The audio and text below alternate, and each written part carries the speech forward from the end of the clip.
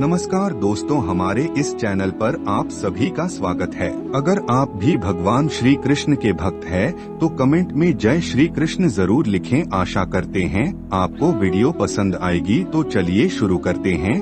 तीसरी कथा की माने तो भगवान ब्रह्मा की दूसरा शादी करने से देवी रसवंती बहुत क्रोधित हुए और भगवान ब्रह्मा को श्राप दिया कि आपकी इस पृथ्वी पर कहीं भी पूजा नहीं होगी। राजस्थान के पुष्कर और तमिलनाडु को छोड़कर कहीं भी ब्रह्मा का मंदिर नहीं है। ब्रह्मा और सरस्वती का संबंध क्या है? ब्रह्मा और सरस्वती दोनों ही हिंदू धर्म में बहुत ही महत्वपूर्ण देवी देवता के पात्र हैं। इनसे जुड़ी किसी भी जानकारी पर भरोसा करने से पहले आपको वेद पुराण रहना चाहिए। सबसे पहले आपको बता दें कि हिंदू धर्म में की सारी जानकारी वेद में दी गई है। हिंदू धर्म वेद से शुरू होता है।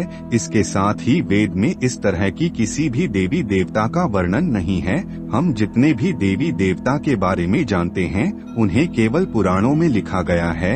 अब आपको यह भी समझना होगा कि ब्रह्मा और सरस्वती के संबंध को लेकर जो जानकारी दी जाती है उसमें कहा जाता है कि इस जानकारी को सरस्वती पुराण से लिया गया है, मगर सरस्वती पुराण नाम का कोई भी पुरानी हिंदू धर्म में मौजूद नहीं है। चैनल को सब्सक्राइब जरूर कीजिए। अगर वीडियो पसंद आए तो एक लाइक जरूर कीजिएगा और कमेंट बॉक्स में जय श्री नारायण लिखकर परमात्मा को अपना आभार व्यक्त करें। दोस्तों, तो मुझे लगता है कि यह सब बनी बनाई बात यह है। चलिए आगे बढ़ाते हैं। हिंदू धर्म में 4 वेद 18 पुराण की बात की गई है। इन 18 सालों में सरस्वती पुराण नाम का कोई पुराना मौजूद नहीं है। कुछ बर्थडे पुराना को उप पुराण में विभाजित भी किया गया है, मगर पुराण में भी सरस्वती पुराण नाम की किसी भी पुराण का जिक्र नहीं है। कुछ जगहों पर मत्स्य पुराण की बात की जाती है, मगर इस पुराण में भी आपको सरस्वती और ब्रह्मा के विवाह जैसी कोई जानकारी नहीं मिलेगी। ऐसे में सवाल उठता है कि ब्रह्मा और सरस्वती के बीच कौन सा संबंध है, क्या सच्चाई है? इसके लिए आपको समझना होगा कि ब्रह्मा ने सृष्टि का निर्माण किया, अर्थात जब भगवान ब्रह्मा की सृष्टि का निर्माण करने बैठे तब विष्णु और महेश के अलावा कुछ भी इस दुनिया में मौजूद नहीं था। ऐसे में अगर उन्हें सृष्टि को आगे चलाने के लिए किस भी पुरुष और स्त्री की आवश्यकता होगी तो उन्हें अपने मन से उसकी रचना करनी होगी। इसी वजह से भगवान ब्रह्मा में माता सरस्वती, नारद, मनोज, जामवंत, सनातन और संत कुमार बिगु अत्रि का जन्म अपने मन से किया और पृथ्वी को आगे संचालित करने के लिए धरती पर भेजा। इसने पृथ्वी पर ध्यान के संतुलन को बनाए रखने के लिए उन्होंने माता सरस्वती को अपने साथ रखा और साथ रहने वाली स्त्री को पत्नी का दर्जा दे दिया गया। आपके मन में यह सवाल होगा कि सरस्वती पत्नी है या ब्रह्मा की बेटी, तो यह सवाल मन में आना ही चाहिए। अगर ब्रह्मांड में मौजूद हर चीज की रचना भगवान ब्रह्मा ने की है तो बेटी हो या पत्नी, दोनों की ही रचना भगवान ब्रह्मा के ही द्वारा संभव थी। भगवान ब्रह्मा को अगर किसी के साथ विवाह करना था तो इसके लिए भी उन्हें किसी का निर्माण अपने मन से करना पड़ता और उनके मन से उत्पन्न होने के कारण उनका रिश्ता बेटी की तरह भी लगाया जाता है। हालांकि सृष्टि का निर्माण होने के बाद अलग अलग घटनाओं के कारण ब्रह्मा का विवाह 5 बार हुआ था। इस वजह से उनकी कुल 5 पत्नियां हैं, जिसमें सरस्वती, सावित्री, गायत्री, श्रद्धा, मेधा है।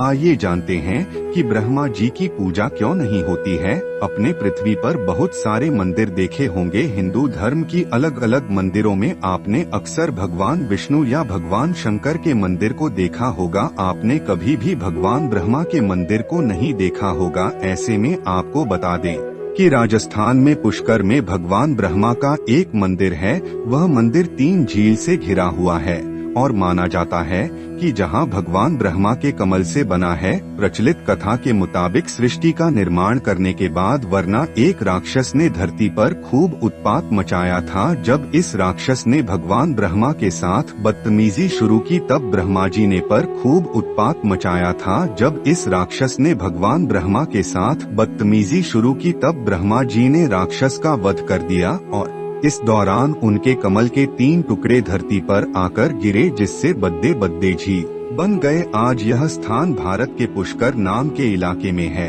और उस दिन झील को व्यवस्था मध्यम और कनिष्ठ पुष्कर कहा जाता है। इन जिलों के निर्माण के कारण वहां पर एक यज्ञ करवाने का निश्चय किया गया। इस यज्ञ में साक्षात भगवान ब्रह्मा बैठने आए थे, मगर एक यहाँ पूजा पाठ में पति को पत्नी के साथ बैठना होता है। उस समय भगवान ब्रह्मा की पत्नी सावित्री थी, मगर उन्हें आने में काफी विलंब हो रहा था। बहुत देर इंतजार करने के बाद पूजा का मुहूर्त खत्म होने से बचाने के लिए भगवान विष्णु ने एक सुझाव रखा कि ब्रह्मा जी की शादी इसी पूजा के दौरान कर दी जाए। इस विचार पर सहमति दिखाते हुए भगवान नारद ने गायत्री नाम की एक स्थानीय लाइट DDHD को भगवान ब्रह्मा के साथ विवाह करने के लिए मना लिया। जब इन दोनों का विवाह हुआ और यज्ञ में भगवान ब्रह्मा गायत्री के साथ बैठकर पूजा संपन्न किया, तभी वहां माता सावित्री आ गई और वह पूरी गतिविधि पर खूब क्रोधित हुए। उन्होंने इस क्रोध में आकर भगवान ब्रह्मा को श्राप दिया कि धरती पर उनकी पूजा कभी नहीं की जाएगी। इसके बाद उन्होंने नारद को शादी के लिए लड़की खोज कर लाने के कारण श्राप दिया कि नारद आजीवन कुंवारे रहेंगे। तो ब्रह्मा जी को दोष आप मिला, एक तो माता सरस्वती ने दिया और दूसरा माता सावित्री ने। जब माता सावित्री को पता चला कि यह विचार भगवान विष्णु ने प्रकट किया था, तो उनके श्राप से वह भी बच नहीं पाए। माता सावित्री ने भगवान विष्णु को श्राप दिया कि वह अपनी पत्नी के वियोग में सालों तड़प आएंगे। इसी श्राप के कारण राम अवतार में भगवान विष्णु को माता सीता से बिछड़ने का दुख भोगना पड़ा था। इसके बाद जब माता सावित्री का क्रोध कुछ कम हुआ, तब उन्होंने भगवान ब्रह्मा पर दया दिखाते हुए कहा कि उनकी पूजा धरती पर केवल एक जगह है, इस पुष्कर में ही हो सकती है। इसके बाद भगवान ब्रह्मा के इस व्यवहार से आहत होकर वह पुष्कर के समीप रत्नागिरी नाम के पहाड़ पर हमेशा के लिए चली गई और इतिहासकारों के मुताबिक आचार्य शंकराचार्य के द्वारा 711 में यहाँ भगवान ब्रह्मा की मूर्ति की स्थापना की गई थी। उससे पहले यहाँ बिना मूर्ति की पूजा होती थी। चैनल को सब्सक्राइब जरूर कीजिए। अगर वीडियो पसंद आए तो एक लाइक जरूर कीजिएगा। धन्यवाद।